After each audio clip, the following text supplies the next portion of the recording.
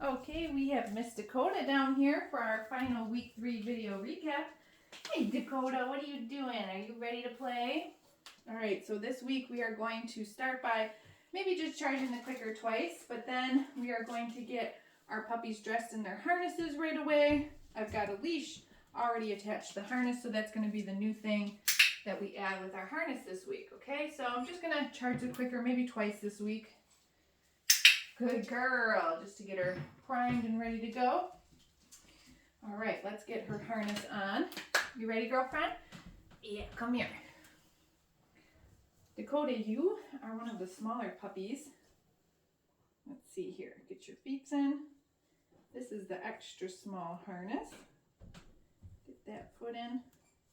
This one still might be kind of big. Oh no, I think it'll be okay. Here we go. She's still got plenty of room to grow in this too. All right, harness is on, leash is attached. I'm gonna set her down on the ground. We're gonna start just by letting her drag that leash around a little bit and play a few reps of the flying cookie game like we did last week, okay? All right, Missy Dakota, get it. Good girl. Dakota, wow, look at you. Hey, get it. Dakota, you know what the pattern is. Get it. Dakota, wow, good girl. All right, so she's fine dragging that leash around. She's not, too freaked out by it or anything like that. So now we're going to move into following the food lure like we've been doing since week 1, but I'm going to add picking up the leash, okay?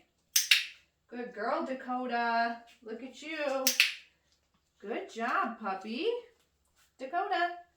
Yeah, good girl. Very nice. Good girl. So this is what we do, get it, to teach our puppies to start to get used to the leash. Super easy exercise because you can do this inside the house, right? It doesn't have to be outside, especially with the weather, or if you live in the city and you don't want the puppy to be down on the ground for too long until they finish up their vaccinations, that's fine.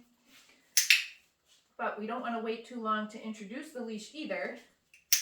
So you can be doing this inside the house. Just have her, get her dressed like this, have her follow you around, down the hallway, through the rooms, yada yada. Good girl, Dakota, wow. All right, she did really good with that. Good girl, puppy. Let's take your harness off now. All right, so we just kind of start to combine things together. Remember week 1, all we did was put their harnesses on them for a few seconds at the end, right? Did so good. All right, let's move on.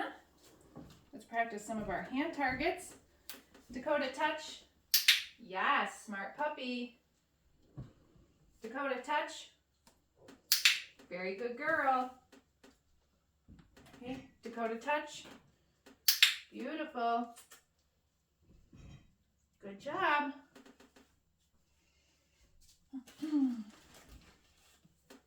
Let's practice some sits. Dakota. Sit. Look at you. That's a smart puppy. And our release. Okay. Good girl. Let's do that again. Dakota. Sit. Smart girl. Very smart dog. Okay. Let's do a couple of downs. Sit. Down. Yeah. Very good girl. Okay. And let's do that one more time. One more down. Dakota, sit. Down. Perfect. What a good girl. Okay. Wow, you're so smart, Dakota. Look at you. Oh, do you like that? Okay, let's practice our mat next. Uh-oh, I'm throwing food on the ground. You didn't even notice. So week 3 with our mats, we're going to try to add a little distance to this routine. Yeah, you know I got your mat. Look at you, good girl. Ready? Where's your mat? Good girl. Good girl. I'm giving her a few seconds to see if she can lay down on her own. If she doesn't, that's okay. I'm just going to help her out. Yeah, there's a hole in the mat. Okay. Yes, good girl. So this week, as you can see, I am taking a couple steps away from Dakota. 2 or 3. That's it. If she tries to start to leave the mat, I'm just going to help her find the down again. Good girl. Yeah, there it is. Good. Let's do an easy rep. Yeah, good job, puppy. Wow, look at you. Very good girl. Good girl, Dakota. You're so smart.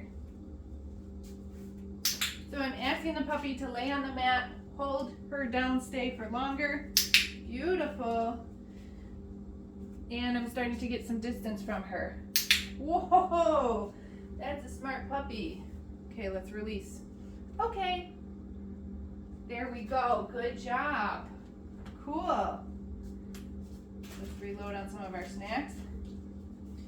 All right, so if a stay is important to you, this is a behavior that will need to be continued to be worked on and progressed at home, right? So this week we've only added like 2 or 3 steps distance. You can keep adding some distance and some duration as your puppy matures. Where's your mat? That's a nice down on the mat. Wow, what a good girl.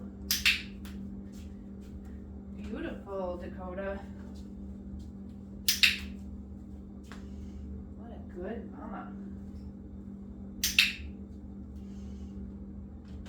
Her little butt is just starting to kind of slide off, so when I delivered that cookie, I just kind of lured her to come forward onto the mat more a little bit. Oh, 2 fell out of my hand that time. Good girl. So you can start to apply this mat behavior to different scenarios in day-to-day life. One of the things that I use it for probably the most with my own dogs is when we're eating, to prevent begging or that dog being kind of all up in my face while I'm eating. I like them to lay on their mats or their beds. Okay. There it is. You can get it now. You can come off. Okay. Yeah, there you go. And so to do that, you know, wherever you're eating, you're sitting, you can put the mat down right next to you. I like to have maybe a little bowl of the dog's food or their treats or whatever it is that you're using to reinforce behavior. You just got a little bowl of that sitting with you. Every so often, you're going to take a piece of food from that and feed the dog for holding their stay on the mat, okay? As the pup, I don't use the clicker for it anymore. As the puppy matures, you can start to move that mat further and further away from you. All right? Yeah, you did so good with that. Let's try your crate now.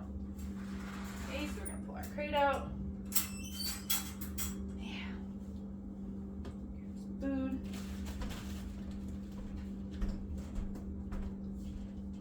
All right, Dakota.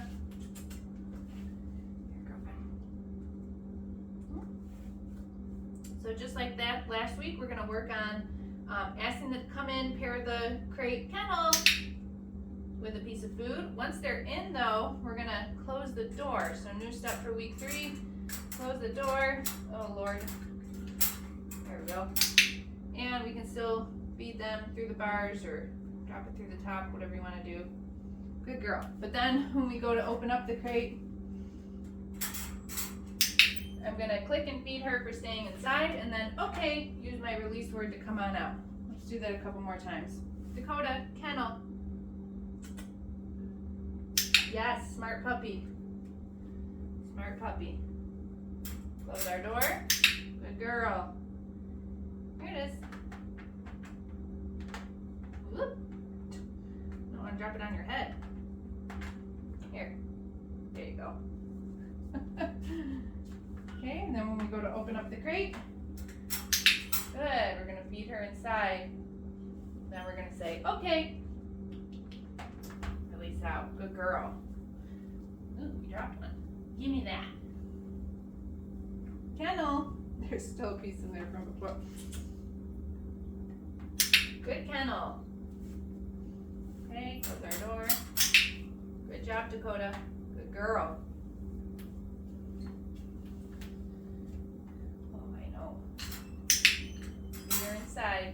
Good girl. Good girl, Dakota. Okay.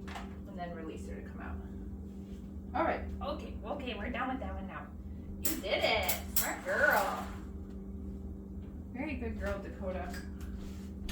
All right, so the last behavior that we introduced, or exercise that we introduced for week 3, is introducing noisy grooming tools. So I have the clipper blades here. I'm not going to give your puppy a funny haircut before they go home, don't worry.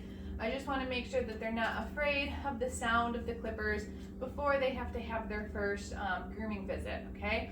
So this is something that even if the puppy is not acting fearful of the clipper blades, I'm still going to throw in to my training exercises probably at least once a week while the dog is a puppy and as they mature, just to make sure that nothing changes with that, right? So I'm going to turn them on, and then I'm going to set some food on the ground once they're on. Maybe like 2 or 3 treats. Wow, that one's really stuck together. She wants to check the clipper blades out to start with. Totally fine.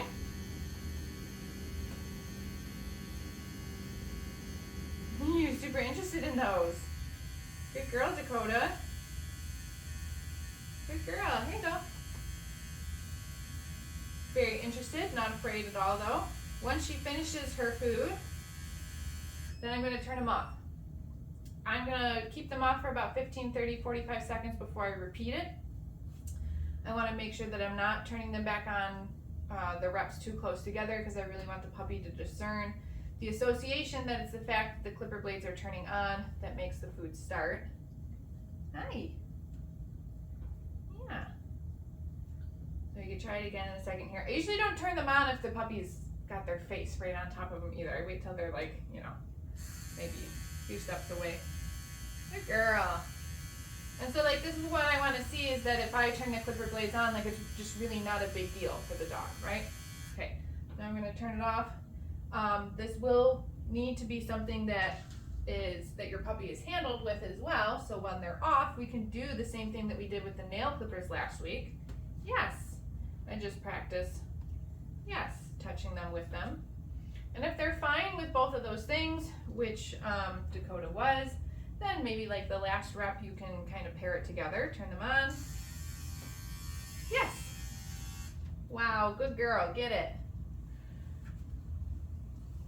Okay, so if you don't have a pair of clipper blades at home, not a huge deal. You don't have to run out and buy a pair if you're not planning on grooming your puppy yourself at home. Like if you're going to take them to the groomer or something, that's totally fine. You can use anything that makes this buzzing sort of noise. I have used an electric toothbrush in the past. Maybe just pop it into a Ziploc baggie so that you're not rubbing your toothbrush all over the puppy or the floor or whatever. So that something like that might be a creative idea. But Dakota did fantastic these last 3 weeks. Make sure you get her Zoom lesson booked if it's not already. Shoot us an email if you have any questions.